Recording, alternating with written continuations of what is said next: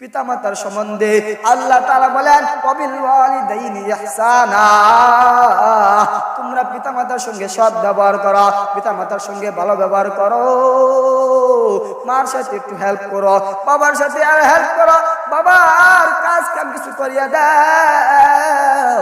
যুবক ভাইয়ারা আমার, আমি আপনাদেরকে কেমনে বুঝালে বুঝবা যুবক ভাইয়ারা? আরে যুবক ভাইয়ারা কেমনে বুঝালে বুঝবা? এই ময়দানের মধ্যে জানি না কাজের মান সেই বুঝে মায়ের কেমন দাম। এই ময়দানের মধ্যে কার যেন বাবা নাই সেই বুঝে বাবার কেমন দাম।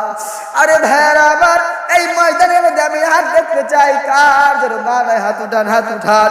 আরে ভাইয়ারা আমার, যাই আজকে মাহফিলটা শেষ করিয়া, যার মা আছে আজকে মাহফিলটা শেষ করিয়া মার পায়ের মধ্যে দরিয়া দরিয়া কান্না করবা, মা তোমার সাথে অনেক বেয়াদবি করেছি, মা মাফ করে দিবা।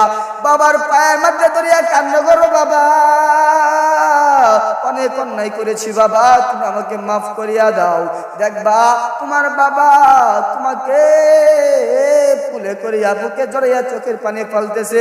মুহতারাম হাজিরিন, অনেক সময় যখন মাহফিল শেষ করে বাসায় যায়, বাসায় যায় দেখি মা বাবা ঘুমিয়ে পড়ছে, ভাই বোন সবাই ঘুমিয়ে পড়ছে, এলাকার প্রতিবেশীরা সবার দুয়ার বন্ধ করে দিছে।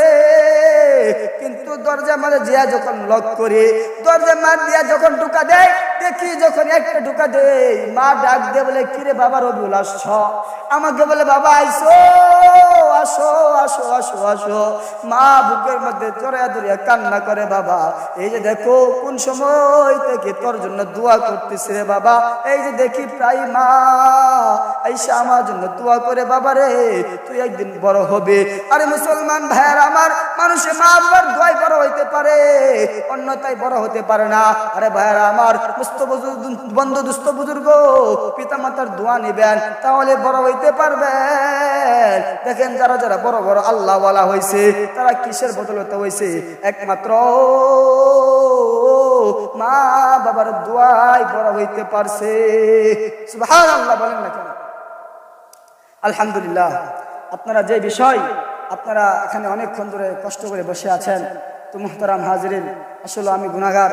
আল্লাহ তাআলা যে এখানে আমাকে বসাইছে, মুহতারাম হাজির, আমি যে কথা যেগুলো বিষয় আমি আপনাদেরকে বলবো, যে সর্বপ্রথমে আমার আলোচনা ছিল যে নামাজের বিষয়, যে আজকে আমরা নামাজ ছেড়ে দিছি, নামাজ ছেড়ে দিছি, নামাজ ছেড়ে দিছি, নামাজ নামাজ নামাজ। এই নামাজ অনেক দামি একটা জিনিস, নামাজ অনেক দামি একটা জিনিস, নামাজ কেউ ছাড়িয়া দিও না। মুসলমান ভাইয়ার আমার, এখন বর্তমান মহিলাদেরকে দেখা যায় তারা তো নামাজই পড়ে না, নামাজই পড়ে না। ওই যে এশারে পরে একটা টিভি নিয়া, টেলিডি নিয়া সামনে বসে গেছে, বসে দেখিয়া 10টা 11টা 12টা বেজে গেছে, কিন্তু ওই যে সিরিয়াল দেখতে আছে, সিরিয়াল দেখতে আছে। সকালে রাত্রে বলে সকালে কাজা দেখে, সকালে কাজা দেখে, কিন্তু কিন্তু আল্লাহ নবী সাল্লাল্লাহু আলাইহি ওয়াসাল্লাম হাদিস শরীফের মধ্যে বলেন, যেই ঘরের ভিতরে কোনো ছবি থাকবে, ছবির আকৃতি থাকবে, ওই ঘরে ভিতরে ফেরেশতা ঢুকবে না, ওই ঘরের ভিতরে ফেরেশতা